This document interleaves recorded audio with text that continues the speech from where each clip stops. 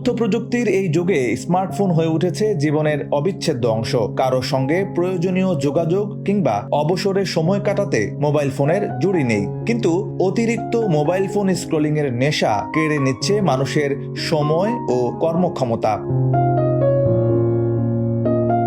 Mobile phone scrolling কি সত্যিই আসক্তিকর? স্নায়ুর উপরই বা এর প্রভাব কি? বিবিসি বাংলার এক প্রতিবেদন থেকে জানা গেছে এর বিস্তারিত তথ্য। মনোবিজ্ঞানের বিখ্যাত অধ্যাপক এইলিশ ডিউক জানান, ফোন হাতে নিয়ে স্ক্রিন অন করা, তারপর স্ক্রলিং চালিয়ে যাওয়ার বিষয়গুলো স্বয়ংক্রিয়ভাবে ঘটে। ব্যাপারটি টেরও পায় না অনেকে, কারণ দীর্ঘদিন ধরে এই অভ্যাস গড়ে উঠেছে। গবেষণার কথা উল্লেখ করে অধ্যাপক ডিউক জানান, কয়েক বছর আগে এক গবেষণায় দেখেন অংশগ্রহণকারীদের ধারণা ছিল তারা প্রতি 18 মিনিটে একবার করে ফোন চেক করেন, কিন্তু স্ক্রিন রেকর্ডিং ব্যবহার করে দেখা যায় আরও কম সময়ে তারা ফোন হাতে তুলে নেন। মুঠোফোন অ্যাপগুলোর অত্যাধুনিক ডিজাইন মস্তিষ্কের সঙ্গে একটি মেলবন্ধন রচনা করে, যা মস্তিষ্ককে সক্রিয় করে তোলে।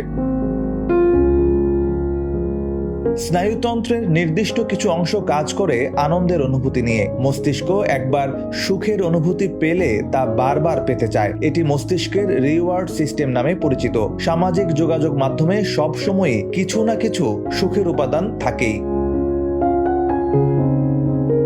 মস্তিষ্কের প্রিফ্রন্টাল কর্টেক্স নামে আরেকটা অংশ এই তাৎক্ষণিক পুরস্কারের প্রবণতাকে ঠেকাতে চায়, কিন্তু 23-24 বছর বয়সের আগে প্রিফ্রন্টাল কর্টেক্স অপরিণত অবস্থায় থাকে, ফলে মানুষ কিছু আবেগ কখনোই সামাল দিতে পারে না, তাই ফোনের প্রতি অতিমাত্রায় আসক্ত হয়ে পড়ে। সামাজিক যোগাযোগ মাধ্যমের অ্যাপগুলোর অ্যালগোরিদমে ক্রমাগত পরিবর্তন করা হয়ে থাকে, ফলে ব্যবহারকারীর আগ্রহ অনুযায়ী দেওয়া হয় কন্টেন্ট। তাই ব্যবহারকারীর মনোযোগ পুরোপুরি নিবদ্ধ হয়ে যায় মোবাইল ফোনের মধ্যে।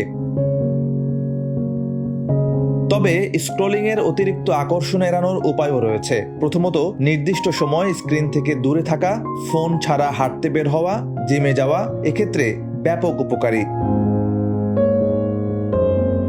দ্বিতীয় উপায়টি হচ্ছে বাস্তব দুনিয়ায় মিথস্ক্রিয়া বাড়ানো। যারা সাধারণত ঘড়ি পরেন আর যারা সেলফোনে সময় দেখেন তাদের মধ্যে বিস্তর ফারাক। অনিচ্ছায় হলেও যারা সেলফোনে সময় দেখেন তারা স্ক্রলিং এ আটকা পড়ে যান বারবার। আবার কিছু একটা পড়ার সময় অনলাইনে না থেকে যদি পড়া যায়, সেটিও অসাধারণ একটি ব্যাপার।